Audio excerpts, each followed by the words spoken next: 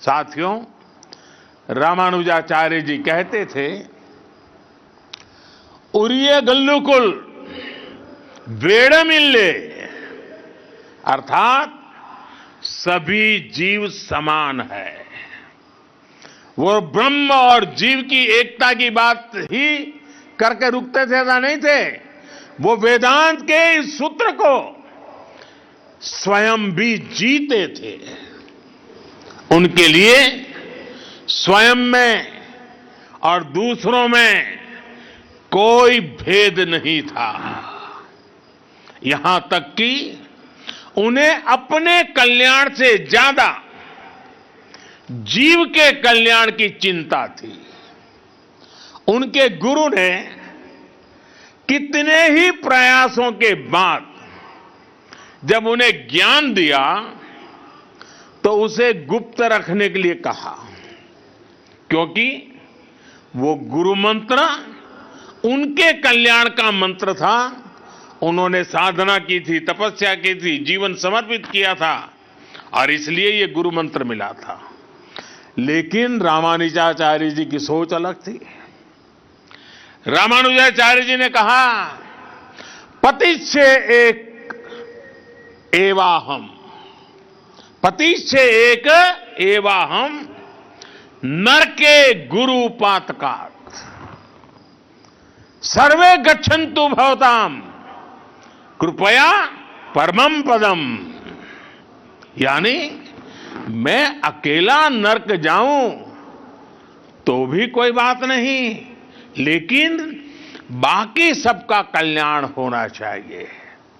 इसके बाद उन्होंने मंदिर के शिखर पर चढ़कर हर नारी को वो मंत्र सुनाया, हर नर को वो मंत्र सुनाया जो उनके गुरु ने उन्हें उनके कल्याण के लिए दिया था। समानता का ऐसा अमृत रामानुजाचार्य जी जैसा कोई महापुरुष ही निकाल सकता था, जिसने वेद वेदांत का वास्तविक दर्शन किया हो। साथियों, रामानुजाचार्य जी भारत की एकता, भारत की अखंडता का भी एक प्रदीप्त प्रेरणा है। उनका जन्म दक्षिण में हुआ, लेकिन उनका प्रभाव दक्षिण से उत्तर और पूरब से पश्चिम तक पूरे भारत पर है। अन्नामाचार्य जी ने तेलुगु में उनकी प्रशंसा की है। कनकदास जी ने कन्नड़ भाषा में रामानुजाचार्य जी की महिमा गाई है। गुजरात और राजस्थान में अगर आप जाएंगे तो वहां भी अनेक संतों के उपदेशों में रामानुजाचार्य जी के विचारों की सुगंध में महसूस होती है। और उत्तर में रामानंदीय परंपरा के गोस्वामी तुलसीदास जी से लेकर कबीरदास तक हर महान संत के लिए रामानुजाचार्य परम गुरु है। एक संत कैसे अपनी आध्यात्मिक ऊर्जा से पूरे भारत को एकता के सूत्र में पिरो देता है, रामानुजाचार्य जी के जीवन में हम ये देख सकते हैं। इसी आध्यात्मिक चेतना ने गुलामी के सैकड़ों वर्षों के कालखंड में भारत की चेतना को जागृत रखा था। साथियों, यह भी एक सुखद संयोग है, श्री रामानुजाचार्य जी पर यह समारोह उसी समय में हो रहा है जब देश अपनी आजादी के 75 साल मना रहा है। आजादी के अमृत महोत्सव में हम स्वाधीनता संग्राम के इतिहास को याद कर रहे हैं। आज देश अपने स्वाधीनता सेनानियों को कृतज्ञ श्रद्धांजलि दे रहा है। अपने इतिहास से हम अपने भविष्य के लिए प्रेरणा ले रहे हैं, ऊर्जा ले रहे हैं। इसलिए अमृत महोत्सव का यह आयोजन आजादी की लड़ाई के साथ साथ हजारों सालों की भारत की विरासत को भी समेटे हुए हैं। हम जानते हैं भारत का स्वाधीनता संग्राम केवल अपनी सत्ता और अपने अधिकारों की लड़ाई भर नहीं था। इस लड़ाई में एक तरफ अपनी वैश्विक मानसिकता थी तो दूसरी तरफ जी और जीने दो का विचार था। इसमें एक और ये नस्लीय श्रेष्ठता और भौतिकवाद का उन्माद था तो दूसरी ओर मानवता और आध्यात्म में आस्था थी। और इस लड़ाई में भारत विजयी हुआ, भारत की परंपरा विजयी हुई। भारत के स्वाधीनता संग्राम में समानता, मानवता और अध्यात्म की वो ऊर्जा भी लगी थी जो भारत को रामानुजाचार्य जी जैसे संतों से मिली थी। क्या हम गांधी जी के बिना अपने स्वाधीनता संग्राम की कल्पना कर सकते हैं? और क्या हम अहिंसा और सत्य जैसे आदर्शों के बिना गांधी जी की कल्पना कर सकते हैं? आज भी गांधी जी का नाम आते ही वैष्णवजन तो तेने रे कहिए, ये धुन हमारे अंतर मन में बजने लगती है। इसके रचयिता नरसिंह मेहता जी रामानुजाचार्य जी की भक्ति परंपरा के ही महान संत थे। इसलिए हमारी आजादी की लड़ाई को जिस तरह हमारी आध्यात्मिक चेतना ऊर्जा दे रही थी, वही ऊर्जा आजादी के 75 साल में हमारे अमृत संकल्पों को भी मिलनी चाहिए। और आज जब मैं भाग्यनगर में हूं, हैदराबाद में हूं, तो सरदार पटेल जी का विशेष उल्लेख जरूर करूंगा। वैसे किशन रेड्डी जी ने अपने वक्तव्य में बड़ा विस्तार से उसके लिए कहा। भाग्यनगर का कौन ऐसा भाग्यशाली होगा,